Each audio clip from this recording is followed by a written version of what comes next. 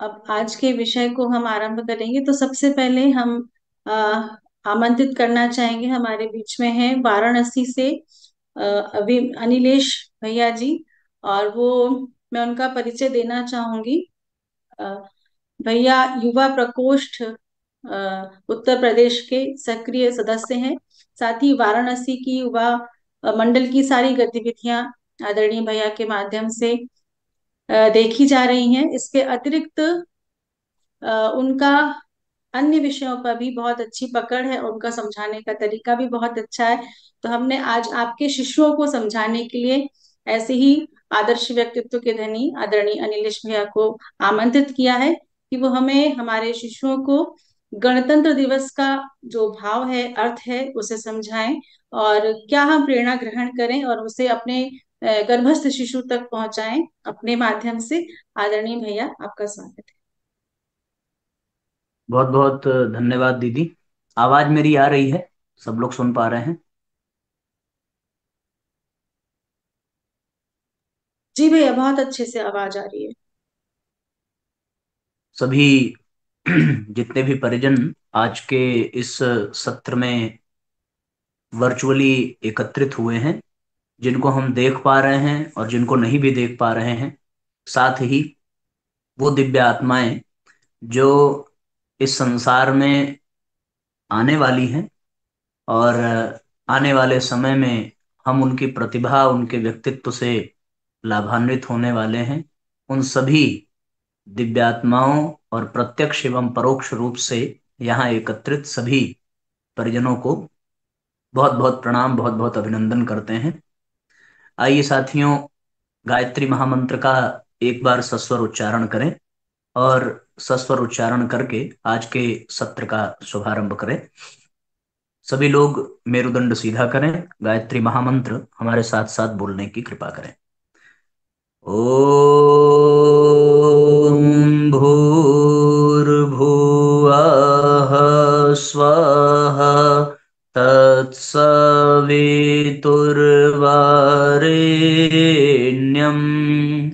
भर्गो देवस्य धीमहि धियो यो नः प्रचोदयात्।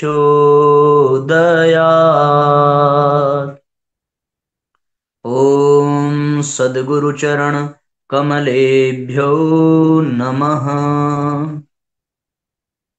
परम पूज्य गुरुदेव एवं स्नेह सलिला परम वंदनीय माता जी के दिव्य संरक्षण में आज ऑनलाइन इस माँ की पाठशाला कार्यक्रम में अपने भारत देश के 76वें गणतंत्र दिवस के पावन पर्व पर यहाँ एकत्रित सभी आत्मीय बंधुओं का, सभी शक्ति स्वरूपा माताओं और बहनों का बहुत बहुत स्वागत, बहुत बहुत अभिनंदन है। आप सबके हृदय में विराजमान परमपिता परमेश्वर को प्रणाम करते हुए अपनी बात को प्रारंभ करते हैं। विशेष रूप से साथियों, आज हम सभी गणतंत्र दिवस का पर्व मना रहे हैं और आज गणतंत्र दिवस और गर्भस्थ शिशु इस विषय पर बोलने के लिए आदरणीय दीदी के द्वारा आदेश हुआ है। सो इस निमित्त इस विषय के साथ मैं वाराणसी से युवा प्रकोष्ठ की ओर से यहाँ पर उपस्थित होकर के आप सबके समक्ष परम पूज्य गुरुदेव के सद्विचारों को आप सबके समक्ष रखना चाहते हैं। साथियों, बड़े सौभाग्य का विषय है कि हम सभी भारत देश में जन्म प्राप्त करके आए हैं। भारत की भूमि हमें विरासत में मिली है और मनुष्य जन्म प्राप्त करने के साथ साथ यदि भारतीय होने का गौरव प्राप्त हो जाता है तो साथियों, इससे बड़ा सौभाग्य इस संसार में दूसरा और कुछ हो नहीं सकता। इसके विषय में अनेकों महापुरुषों ने अपनी बातें, अपने विचार प्रकट किए हैं और सबका एक स्वर में यही मानना रहा है, यही सबने स्वीकार किया है कि वास्तव में कभी न कभी, किसी न किसी प्रकार जिस भी आत्मा को परमात्मा की प्राप्ति करनी है और अपने आप को पूर्ण बनाना है, उसे भारत देश की संस्कृति, भारत देश की पद्धति और भारत देश के अध्यात्म से निश्चित रूप से जुड़ना ही पड़ेगा। दूसरा इस संसार में कोई विकल्प नहीं है। सो हम सब, ये कितने सौभाग्य का विषय है कि हमें भगवान की कृपा से ये देश स्वतः प्राप्त हुआ है। यानी हम इस संसार के 7 साढ़े 7 अरब लोगों में से वे लोग हैं जो इस दृष्टि से, आध्यात्म के दृष्टि से, संस्कृति की दृष्टि से सबसे आगे हैं, संस्कारों की दृष्टि से सबसे आगे हैं। जब हमें अपने आप बिना किसी पुरुषार्थ के, बिना किसी प्रयत्न के भारत की भूमि, भारत की संस्कृति और भारत की दिव्यता विरासत में प्राप्त हुई है। पर साथियों, ये हम सब के लिए और भी महत्वपूर्ण तब हो जाता है और इस पर चिंतन करना और भी अधिक समीचीन हो जाता है जब हमारे बीच में गणतंत्र दिवस का पावन पर्व आता है। गणतंत्र शब्द, इससे हम सभी परिचित हैं। गण यानी जनता, तंत्र यानी एक प्रक्रिया, तंत्र यानी एक संस्था। यानी गणतंत्र का तात्पर्य है कि जब किसी राष्ट्र का नेतृत्व जनता जनार्दन के हाथ में हो, उसको गणतंत्र कहते हैं। और गणतंत्र के अनुसार इस राज्य का, इस राष्ट्र का, इस देश का नेतृत्व पूरी तरीके से लोकतांत्रिक है, पूरी तरीके से नागरिकों के हाथ में है, यहाँ के व्यक्तियों के हाथ में है। इसलिए भारत समूचे विश्व में सर्वाधिक, सबसे बड़ा गणतांत्रिक देश, लोकतांत्रिक देश माना जाता है।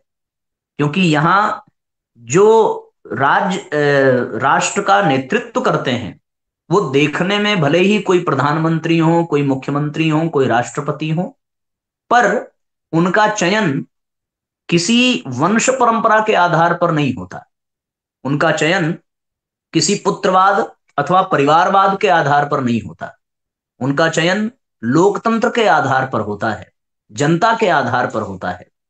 यहां का एक एक व्यक्ति जिसका चयन करता है वही इस देश का नेतृत्व करता है, वही इस राष्ट्र के लिए अपनी भूमिका अदा करता है। तो इसलिए साथियों, ये बड़े सौभाग्य का विषय है कि यहां जबरदस्ती किसी को हमारा राजा बना करके, हमारा नेतृत्वकर्ता बनाकर थोपा नहीं जा सकता। यहां वही लोग कुर्सी पर विराजमान होकर के नेतृत्व करते हैं जिसको यहां की जनता चयनित करती है। इसलिए यहां इस देश को लोकतांत्रिक, गणतांत्रिक देश कहा जाता है। बड़े लंबे समय के पश्चात हम सभी अपने गणतंत्र को प्राप्त हुए हैं। लगभग यदि देखा जाए तो कई वर्षों, कई सैकड़ों वर्षों की गुलामी के पश्चात भारत देश राजनैतिक दृष्टि से स्वतंत्र हुआ। और राजनैतिक स्वतंत्रता प्राप्त करने के पश्चात आज की ही तिथि में 26 जनवरी सन 1950 को भारत ने अपने संविधान पर चलना प्रारंभ किया। किसी भी राष्ट्र के लिए किसी एक संविधान का होना बहुत आवश्यक है। एक ऐसा संविधान जिसमें सबका हित हो, जिसमें सबका विकास हो, जिसमें सबसे आगे पंक्ति में खड़े हुए व्यक्ति से लेकर के पंक्ति में सबसे पीछे खड़े व्यक्ति का भी ध्यान रखा जाए। ऐसा संविधान राष्ट्र में और राष्ट्र के नागरिकों के लिए बड़ा ही कल्याणकारी सिद्ध होता है। भारत के महामनीषियों ने, भारत के प्रबुद्ध वर्ग के लोगों ने मिलकर के एक संविधान का निर्माण किया और उस संविधान का अनुपालन इस देश ने सन 1950 से करना प्रारंभ किया। आज उस संविधान के पद चिन्हों पर चलते चलते हमारा देश 75 वर्ष की आयु पूर्ण कर चुका है और हम 76वें वर्ष में, 76वें गणतंत्र में प्रवेश करने जा रहे हैं। साथियों, ये इस बात का दर्शन कराता है कि वास्तव में किसी भी जीवन पद्धति को, किसी भी व्यक्ति को, किसी भी परिवार को, किसी भी राष्ट्र को उन्नत बनाने के लिए, श्रेष्ठ बनाने के लिए एक अनुशासन आवश्यक है। उस अनुशासन को ही राजनैतिक भाषा में, राजनैतिक शब्दांजलि में ये संविधान के रूप में कहा जा सकता है। इस तरीके से हम सभी उस संविधान में समय समय पर देश काल परिस्थिति के अनुसार संशोधन भी करते आ रहे हैं और वो संशोधन सकारात्मक, वो संशोधन प्रगतिशील निरंतर हमारे लिए सिद्ध होता जा रहा है। पर यहां पर हम सब लोगों को एक महत्वपूर्ण बात समझने की है। जब गणतंत्र दिवस आता है तो ये भारतवर्ष की राष्ट्रीयता, भारतवर्ष की अस्मिता, भारतवर्ष के गौरव और भारतवर्ष के स्वाभिमान के बोध के पर्व के रूप में गणतंत्र दिवस आता है। भारत की संस्कृति और आध्यात्मिक मूल्य ही भारत की वास्तविक पहचान है। अटल बिहारी वाजपेयी ने ये बात कही है, जो हमारे देश के पूर्व प्रधानमंत्री रहे। उन्होंने कहा कि ये देश जमीन का कोई टुकड़ा नहीं है, बल्कि ये हमारे लिए हमारी माता है। और ऐसी परिस्थिति में हम सबको अपने माता के प्रति किस प्रकार होना चाहिए, ये चिंतन का विषय है। और ये चिंतन साथियों, वास्तव में आज के दिन और भी अधिक हम सबको करने की आवश्यकता है। क्योंकि बड़े लंबे अंतराल के पश्चात, बड़े लंबे संघर्ष, बड़े लंबे त्याग और बलिदान के पश्चात हम सबको ये गणतंत्र प्राप्त हुआ है। जिस त्याग, जिस बलिदान, जिस संघर्ष के पश्चात ये प्राप्त हुआ है, वो व्यर्थ नहीं जाना चाहिए। अगर उसको हम सब संभाल ना सके, उसको हम सब आगे ना बढ़ा सके, तो हम सब के लिए ये बड़े ही दुर्भाग्य का विषय होगा। परम पूज्य गुरुदेव का कथन है, यद्यपि राजनैतिक स्वतंत्रता में परम पूज्य गुरुदेव ने बड़ी अहम भूमिका निभाई। आगरा जिले से उन्होंने अपना अभियान प्रारंभ किया। महात्मा गांधी के साथ उनके असहयोग आंदोलन में भी पूज्य गुरुदेव ने अपनी विशेष भूमिका निभाई। पत्रकारिता के माध्यम से, अपनी लेखनी के माध्यम से भारत देश की आजादी के लिए उन्होंने बड़ा उत्तमोत्तम पुरुषार्थ करके दिखाया। कई बार उनको जेल भी जाना पड़ा। पंडित मदन मोहन मालवीय आदि महापुरुषों के साथ उनका एक लंबा समय कारागृह में भी व्यतीत हुआ। पर परम पूज्य गुरुदेव को इस राजनैतिक स्वतंत्रता से संतुष्टि प्राप्त न हुई। राजनैतिक स्वतंत्रता मिल जाने के पश्चात बहुत सारे लोग, कुछ लोग सत्ता के लालच में अपने जीवन शैली को बनाने लगे, कुछ लोगों ने अपने अपने अनुसार अपने भविष्य को निर्धारित किया। पर परम पूज्य गुरुदेव ने साथियों, राजनैतिक स्वतंत्रता के पश्चात आराम करने की बजाय, किसी पद प्रतिष्ठा पर नियुक्त होने की बजाय, उन्होंने और भी अधिक पुरुषार्थ करना उचित समझा। और अब की बार वो पुरुषार्थ राजनैतिक स्वतंत्रता का नहीं, अपितु सांस्कृतिक स्वतंत्रता का था। राजनैतिक स्वतंत्रता प्राप्त कर लेना ही भारत देश का गौरव नहीं है। भारत देश का गौरव है सांस्कृतिक स्वतंत्रता को प्राप्त करना। और सांस्कृतिक स्वतंत्रता जिस दिन भारत को प्राप्त हो, भारत उस दिन इस विश्व का जगत गुरु बनने की स्थिति में होगा। आज हम सभी उस पथ पर चल रहे हैं। भारत, भारतीयता, भारतीय संस्कृति निश्चित रूप से जब जब इस संसार में विषम परिस्थितियां आई हैं, तब तब भारत ने नेतृत्व किया है। और वर्तमान समय में भी ये देखने को मिला। कोरोना काल में पूरे देश, पूरे विश्व में भारत ने एक अपनी महत्वपूर्ण छाप छोड़ी है। योग के माध्यम से पूरे विश्व में भारत अपनी एक संस्कृति को पहुंचाने में सफल रहा है। आज पूरा विश्व भारतीय योग से जुड़ रहा है। इसी तरीके से साथियों, जब चारों ओर विश्व युद्ध की स्थिति बन रही हो और बड़े बड़े देश, बड़े बड़े राष्ट्र आपसी स्वार्थ और अहंता के कारण जूझ रहे हों, उस समय भारत देश लोगों के सामंजस्य बिठाने में भी अपनी भूमिका निभाने में सफल हो रहा है। तो हम सब भारतीय संस्कृति को आगे ले जाने और भारत को जगत गुरु बनाने की राह पर नित्य निरंतर बढ़ रहे हैं। उसका आधार केवल और केवल साथियों भारतीय संस्कृति और भारतीय सांस्कृतिक स्वतंत्रता ही है। आज गणतंत्र दिवस पर जो संविधान भारत देश में बनाया गया है और समस्त नागरिकों के लिए बनाया गया है, उस संविधान के अतिरिक्त भी विचार करने की आवश्यकता है। उस संविधान पर जो केवल राष्ट्र के कल्याण के लिए नहीं, अपितु व्यक्ति के कल्याण के लिए आवश्यक है। क्योंकि पूज्य गुरुदेव साथियों हमेशा ये कहते रहे कि राष्ट्र समाज से बनता है, समाज परिवार से बनता है, परिवार व्यक्ति से बनता है। राष्ट्र का संविधान तो 26 जनवरी को बन गया, पर साथियों अभी व्यक्ति का संविधान बनना शेष रह गया है। व्यक्ति के संविधान को बनाने की आज आवश्यकता है। हम राष्ट्र के संविधान की कितनी भी बातें कर लें, पर अगर व्यक्तिगत संविधान हमारा निर्धारित न हुआ, व्यक्तिगत अनुशासन हमारा निर्धारित न हुआ, व्यक्तिगत जीवन शैली हमारी निर्धारित न हुई, व्यक्तिगत सिद्धांत निर्धारित न हुआ, तो फिर राष्ट्र का संविधान भी खतरे में आ जाएगा। क्योंकि उस संविधान का पालन भी तो व्यक्ति ही करेगा, व्यक्ति से ही मिलकर के राष्ट्र बनता है।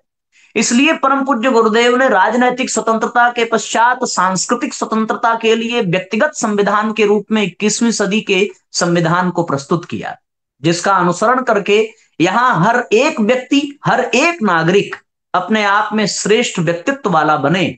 क्योंकि ऐसा महापुरुषों का कथन है साथियों कि कोई भी राष्ट्र हो, उस राष्ट्र की पहचान वहां के नागरिकों से ही होती है।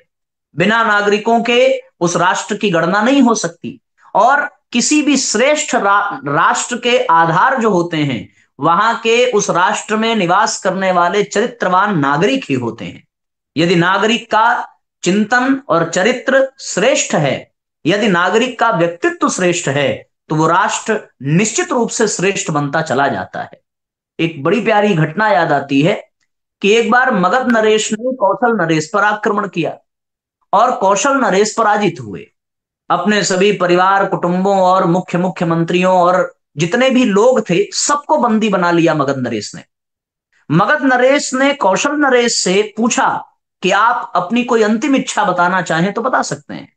कौशल नरेश ने कहा कि मेरी अंतिम इच्छा यह है कि कुछ लोगों को यहां अपने कारागृह से आप मुक्त कर दें और उनके बदले में हम आपको कुछ और लोगों को यहां बंदी बनना स्वीकार कर लेंगे। तो फिर मगध नरेश ने स्वीकार कर लिया। लगभग 20 लोगों को कारागृह से कौशल नरेश ने मुक्त कराया और उन 20 लोगों के स्थान पर उन्होंने अपने परिवार के 20 सदस्यों को बंदी बनवाया। तो मगध नरेश ने उनसे प्रश्न किया कि ये तो बड़ी उल्टी गंगा देखने को मिल रही है। यहां दूसरे लोगों को बंदी बनाते हैं और अपने परिवार को मुक्त कराते हैं, पर आप औरों को बंदी बनवा रहे हैं और अपने परिवार के लोगों को बंदी बना रहे हैं और बाकी लोगों को मुक्त करा रहे हैं। तो कौशल नरेश ने कहा कि महाराज, बात दरअसल ये है कि जिन लोगों को हमने मुक्त कराया है वो हमारे देश के बड़े महामनीषी, बड़े संत और बड़े चरित्रवान व्यक्ति हैं। हमारे बंदी बन जाने, हमारे परिवार के बंदी बन जाने से हमारे देश को खतरा नहीं है। क्यों? क्योंकि हमारे देश में आज भी चरित्रवान, श्रेष्ठ संत स्तर के व्यक्तित्व यहां से मुक्त होकर के जा रहे हैं। ये हमारे राष्ट्र को फिर से उन्नति की ओर लेकर के चले जाएंगे। लेकिन अगर इनको बंदी बना लिया गया और हमारे देश के, हमारे राष्ट्र के श्रेष्ठ संत और व्यक्तित्व वहां से समाप्त हो गए, तो फिर हमारे राष्ट्र का कल्याण नहीं हो सकता। इसलिए मैं अपने परिवार को बंदी के रूप में स्वीकार करता हूं और हमारे जितने भी संत पुरुष हैं, महामानव हैं, उनको मुक्त कर दिया जाए। इस बात से मगध नरेश इतने प्रभावित हुए और उन्होंने कहा कि जिस राज्य में धर्म, दया, परोपकार, परमार्थ, त्याग की इतनी सुंदर भावना किसी राजा के अंदर हो, उस राज्य पर राज करने का, अधिकार करने का साहस मैं कभी नहीं कर सकता। और उन्होंने कौशल नरेश को मुक्त किया और कौशल देश को भी स्वतंत्र कर दिया। साथियों, वास्तव में इस कहानी से यही निष्कर्ष निकल करके आता है कि जब तक राष्ट्र का प्रत्येक नागरिक चिंतन और चरित्र से श्रेष्ठ नहीं बनेगा, तब तक राष्ट्र का संविधान कितना भी महत्वपूर्ण हो, कितना भी विचार पूर्वक बनाया गया हो, उस राष्ट्र के संविधान का कोई लाभ नहीं मिलता। क्योंकि उस संविधान का पालन करने वाला, अनुसरण करने वाला नागरिक ही होता है। और वो नागरिक श्रेष्ठ तभी बन सकता है जब उसके भीतर सांस्कृतिक स्वतंत्रता और आध्यात्मिक चिंतन और चरित्र की पृष्ठभूमि तैयार हो सके। इसी पृष्ठभूमि को तैयार करने के लिए साथियों, परम पूज्य गुरुदेव ने देश के संविधान के अतिरिक्त व्यक्ति विशेष के लिए 21वीं सदी का संविधान बनाया। और 21वीं सदी के संविधान में उन्होंने 18 सूत्र प्रदान किए। ये 18 सूत्र भगवत गीता के 18 अध्याय के समान है। ये 18 सूत्र श्रीमद् भागवत के 18,000 श्लोक के समान है। इसलिए साथियों, क्योंकि इन सूत्रों को अपना करके ही कोई भी व्यक्ति अपना निर्माण कर सकता है। इन सूत्रों को अपना करके ही कोई भी व्यक्ति अपने परिवार का निर्माण कर सकता है। इन सूत्रों को अपना करके ही कोई भी व्यक्ति अपने समाज का और अपने राष्ट्र का निर्माण कर सकता है। पूज्य गुरुदेव का उद्देश्य, उनका लक्ष्य व्यक्ति निर्माण नहीं है, उनका लक्ष्य समाज निर्माण, परिवार निर्माण भी नहीं है, उनका लक्ष्य राष्ट्र निर्माण भी नहीं है। आप सब जानते हैं परम पूज्य गुरुदेव का लक्ष्य युग निर्माण है, पर युग निर्माण को करने के लिए राष्ट्र निर्माण आवश्यक है, राष्ट्र निर्माण के लिए समाज निर्माण आवश्यक है, समाज निर्माण के लिए परिवार निर्माण आवश्यक है, परिवार निर्माण के लिए व्यक्ति निर्माण आवश्यक है, और व्यक्ति निर्माण के लिए उनके द्वारा प्रदान किया गया 21वीं सदी का संविधान आवश्यक है। 21वीं सदी के संविधान को अपना कर ही हम अपने देश के, अपने राष्ट्र के संविधान के प्रति सच्चा न्याय कर सकते हैं। बिना उसको अपनाए, बिना अपने परिवार, अपने समाज का निर्माण किए हम साथियों अपने राष्ट्र का निर्माण कभी नहीं कर सकते, अपने राष्ट्र की सुरक्षा कभी नहीं कर सकते। इसलिए साथियों, हम आपसे आज गणतंत्र दिवस के इस पावन पर्व पर एक प्रार्थना ये करते हैं कि यहां उपस्थित जितने भी लोग हैं उनको एक छोटा सा संकल्प करने की आवश्यकता है। और वो छोटा सा संकल्प ये है साथियों कि हम परम पूज्य गुरुदेव के द्वारा लिखे गए 21वीं सदी के संविधान को प्रतिदिन पढ़ने का अभ्यास करें, उसके एक एक सूत्र को रटने का, बार बार उच्चारण करने का प्रयास करें, जिससे हम समझ सकें कि हमें एक नागरिक कैसे बनना है, हमें एक व्यक्ति कैसे बनना है।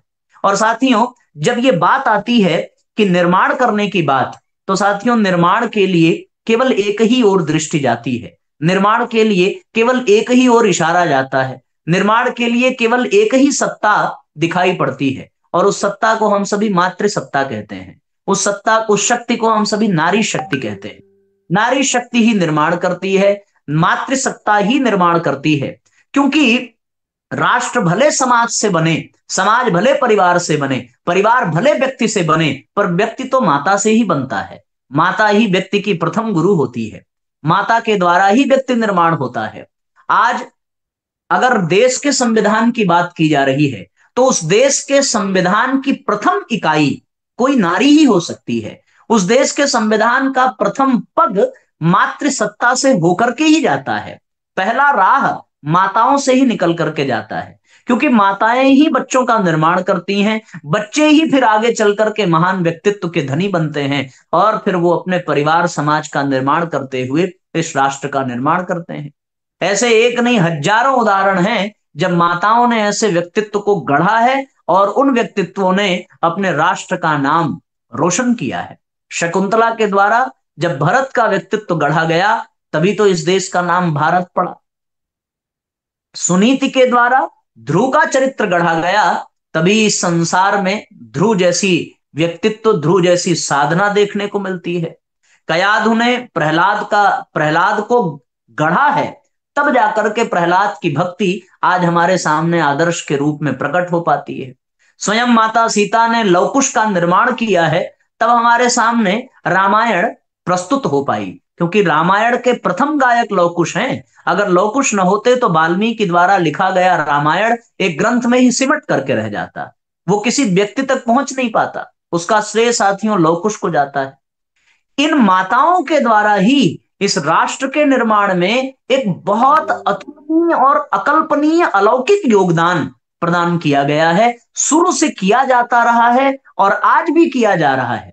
आज जब हम सभी यहां पर एकत्रित हैं, आओ गणेश संस्कारवान पीढ़ी के अभियान के साथ, नई पीढ़ी के निर्माण के उज्जवल भविष्य की संभावनाओं के साथ, और यहां पर उपस्थित प्रत्येक गर्भवती माताएं, गर्भवती बहनें जिन्होंने अपने गर्भ में आने वाले भविष्य को पालना प्रारंभ कर दिया है, पोषण देना प्रारंभ कर दिया है, उनके लिए आज का पर्व बड़ा महत्वपूर्ण हो जाता है। उनके लिए आज इसलिए महत्वपूर्ण हो जाता है कि 76वां गणतंत्र उनके गर्भ की ओर देख रहा है, 76वां गणतंत्र उनके गर्भ में पल रही संतान की ओर देख रहा है। आज प्रत्येक माता की ओर भारत माता की दृष्टि है, क्योंकि भारत माता का भविष्य आज आपके गर्भ में पल रहा है। आपके गर्भ से निकलने वाले संतान का जैसा व्यक्तित्व होगा वैसा ही भारत का भविष्य होगा।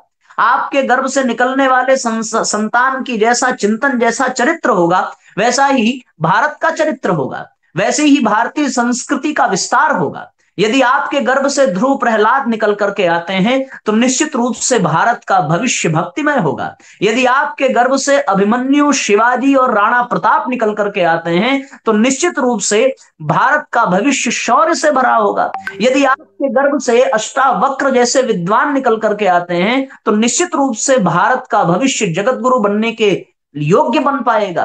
कारण केवल इतना है साथियों, और आधार भी केवल इतना है कि इस गणतंत्र पर सबसे प्रमुख भूमिका, सबसे बड़ी जिम्मेदारी, सबसे बड़ा उत्तरदायित्व यदि किसी का है तो उन माताओं का है, उन नारियों का है जिनको अभी ये अवसर प्राप्त हो रहा है कि वो एक नागरिक को गढ़ने की जिम्मेदारी निभाने जा रही हैं।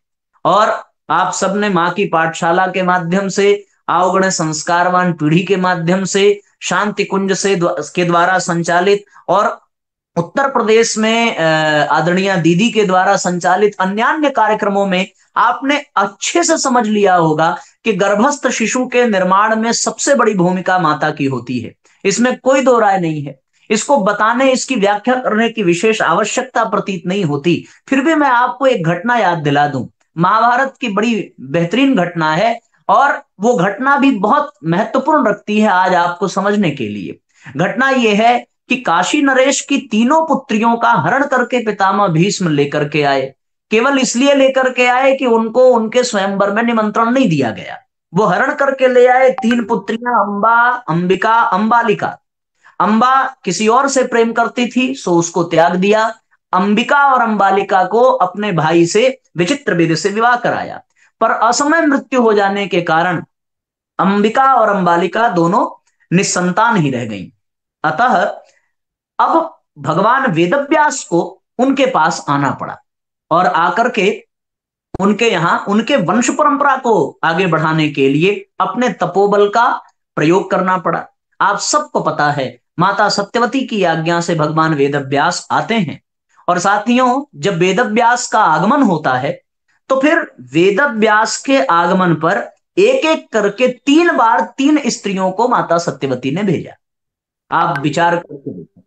पहली बार जब रानी को भेजा गया तो वो भगवान वेदव्यास को देख करके इतना भयभीत हो गई, इतना घबरा गई कि उनके घबराहट, उनके भयभीत होने के भाव के प्रकट होने के कारण उनके गर्भ से जो संतान हुई वो बहुत कृशकाय और बहुत रोगी संतान हुई, जिनका नाम था महाराज पांडु।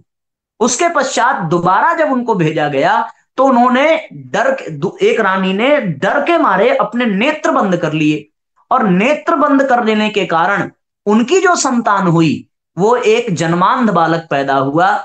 कौन बालक? उसका नाम धृतराष्ट्र पड़ा। फिर एक दासी को भेजा। दासी ने बड़े श्रद्धा भाव और बड़े समर्पण के साथ भगवान वेदव्यास के साथ समागम किया।